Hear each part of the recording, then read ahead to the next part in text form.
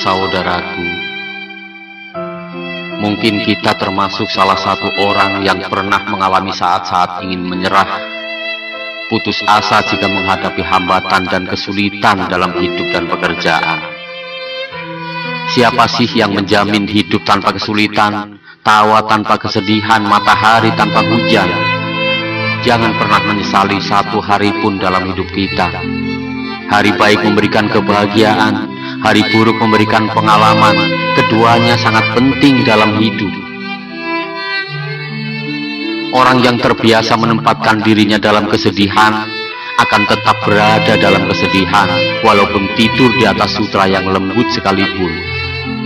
Orang yang merasa aman dengan diri, masa depan, keluarga, pekerjaan, dan kehidupan kita sendiri, itulah kebahagiaan, yang kesemuanya itu terhimpun dalam keimanan, ridho Allah, dan ridho terhadap ketentuannya, serta qanaah.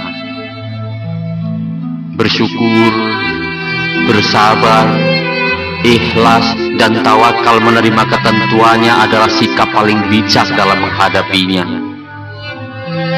Dinukilkan dalam sebuah hadis, terimalah dengan penuh kerelaan dengan apa yang Allah berikan kepadamu, niscaya kamu menjadi manusia yang paling kaya. Saudaraku, ada jiwa-jiwa yang dapat membuat hal terasa berat dan sengsara, tapi ada pula jiwa-jiwa yang mampu membuat setiap hal menjadi sumber kebahagiaan. Hidup ini adalah seni bagaimana membuat sesuatu, dan seni harus dipelajari serta ditekuni. Maka sangatlah baik bila manusia berusaha keras dengan penuh kesungguhan mau belajar tentang bagaimana menghasilkan bunga-bunga, semerbak harum wewangian, dan kecintaan di dalam hidupnya. Itulah seni bergembira, termasuk bagaimana agar bisa menjadi orang yang ikhlas. Jadi, buat apa terus-terusan memupuk kesedihan, keputusasaan, tidak punya semangat, hanya akan membuat air yang segar terasa pahit, sekuntum bunga mawar yang indah terasa seperti sebongkok labu, taman yang rimbun tampak seperti gurun pasir yang gersang, dan kehidupan dunia menjadi penjara yang pengap. Dr. Aid Al-Qarni mengungkapkan dalam Lahtahzan, hari ini adalah milik Anda, bukan hari kemarin yang telah berlalu dengan segala kebaikan dan keburukannya, dan juga bukan esok hari yang belum tentu datang. Hari yang saat ini mataharinya menyinari Anda dan siangnya menyapa Anda, inilah hari Anda. Rasulullah Shallallahu Alaihi Wasallam bersabda, ingatlah bahwa dalam tubuh terdapat sepotong daging. Apabila ia baik, maka baiklah badan itu seluruhnya. Apabila ia rusak, maka rusaklah badan itu seluruhnya. Ingatlah, itu adalah hati. Allah menanamkan nafsu dalam diri manusia dengan bukan tanpa tujuan.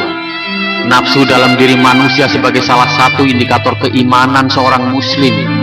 Allah juga memberikan rambu-rambu untuk mengendalikan nafsu ini, dan jika seseorang mentaati rambu-rambu itu, maka dia lulus ujian sebagai orang yang beriman. Saudaraku, sabda Nabi tersebut sangat menyindir perasaan kita. Betapa hati kita ini rusak, dan juga merusak badan kita yang berimplikasi terhadap semangat kerja dan profesionalisme kerja kita. Setelah merenung, ternyata yang kita lakukan itu tidak mengubah keadaan dan menjelekan diri sendiri di hadapan orang lain. Bukankah dengan menjelek-jelekan orang lain itu termasuk juga menjelek-jelekan diri sendiri? Bekerja adalah ibadah. Jika bekerja adalah ibadah, maka kita mengharapkan pahala dari Allah Subhanahu wa Ta'ala. Agar bekerja kita bernilai ibadah, paling tidak dapat memperhatikan beberapa kondisi. Pertama, pekerjaan yang dijalani haruslah halal dan baik. Yang kedua, bekerja dengan profesional dan penuh tanggung jawab. Yang ketiga, bekerja dengan penuh keikhlasan. Dan yang keempat, bekerja dengan tidak melalaikan kewajibannya kepada Allah Subhanahu wa Ta'ala. Islam menganjurkan umatnya untuk bekerja secara profesional, bukan sekedar bekerja, akan tetapi mendorong umatnya agar senantiasa bekerja dengan baik dan penuh dengan tanggung jawab. Nabi Shallallahu Alaihi Wasallam bersabda, sesungguhnya Allah mencintai seorang di antara kalian yang jika bekerja maka ia bekerja dengan baik. Hadis diriwayatkan oleh Imam Baihaqi, dinilai sahih oleh Al-Albani dalam silsilah as-sahihah. Yang dimaksud dengan profesionalisme dalam bekerja adalah mereka memiliki tanggung jawab atas pekerjaan tersebut, memperhatikan dengan baik urusannya dan berhati-hati untuk tidak melakukan kesalahan. Marilah kita memperbaiki diri dalam setiap urusan kita, dan semoga Allah Subhanahu wa Ta'ala selalu mengiringi langkah kita menuju kebahagiaan dunia dan akhirat. Amin, amin ya Rabbal Alamin. Terinspirasi oleh Dr. Aid Al-Qarni dalam La Tahzan.